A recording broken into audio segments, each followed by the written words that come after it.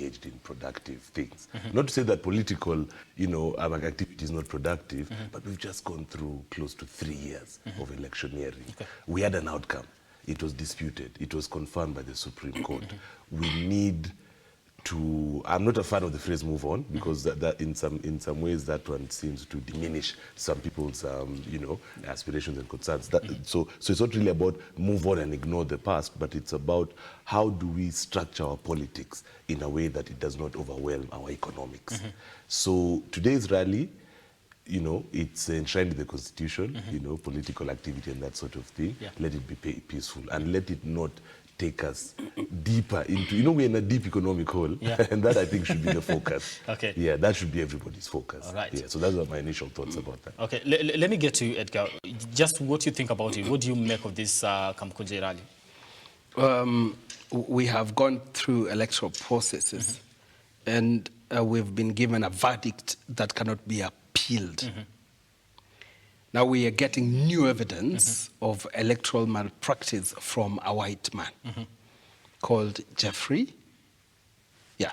Do you follow him on Twitter? He has just thrown them under the bus. He is saying, I don't understand what you people are talking about in Kenya. Okay. I did not say I have evidence. So what is he coming to tell us? But the narrative has gone out there, and the local Mwananchi doesn't even know who that white man is.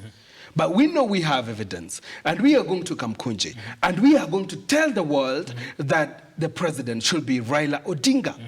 What does that tell you about the communication that we are doing to our people who do not have a second thought on what has been communicated? Okay. The economy has started picking up, and we have started building the country. And we have people now who are dissatisfied because of the information out there. All right. Now, listen, do we dismiss the concerns of Raila Odinga in the name of, we have a country to protect and all that? What if his concerns are genuine to some extent? It's tough. It's tough. It doesn't matter if you're a right-thinking person. We have a constitution. We went through each step of that process. It doesn't matter what side of the divide you are on. We went through each step, Now, I read, I can't remember who I was listening to, I read just yesterday, and they were saying, which I think was also the issue during that Supreme Court case.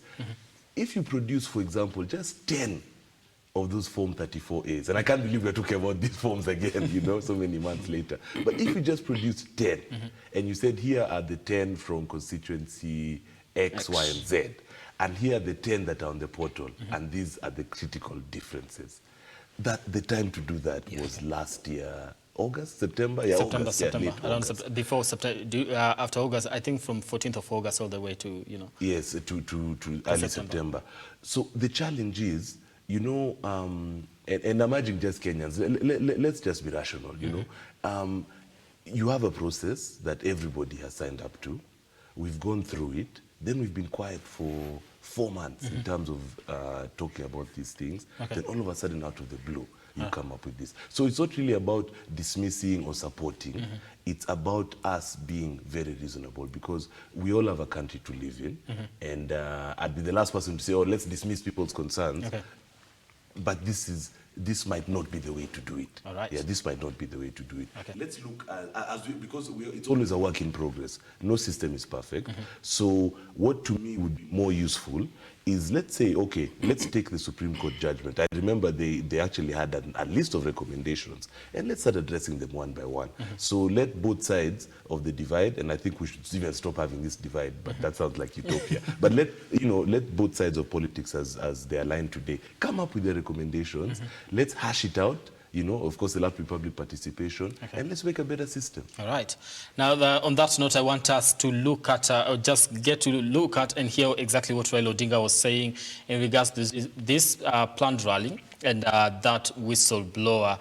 And this is an interview he did on SABC, sorry, South Africa Broadcasting Corporation, yesterday. As you know, when the results were declared on the 15th of August last year, nobody celebrated. Most Kenyans were in a mourning mood because they knew that they had been cheated. Now the facts have come out. Whistleblower has spoken and has actually produced the original forms that were used in counting and tallying the votes from constituencies across the country. Those forms are original. They cannot be faked. They are signed by returning officers, countersigned by agents. There's the stamp of the Electoral Commission, and there's even the barcode, which if you scan, tells you the date, the location, the time from when those forms were transmitted to the National Tallying Center. They have shown that these forms were falsified, were altered, and the results which were announced by the Electoral Commission are different from the actual results. Now the results which have come out show that I got 8.1 million votes. My opponent got 5.9 million votes. In other words, I beat him by over 2 million votes. All right, now that is Raila Odinga in an interview with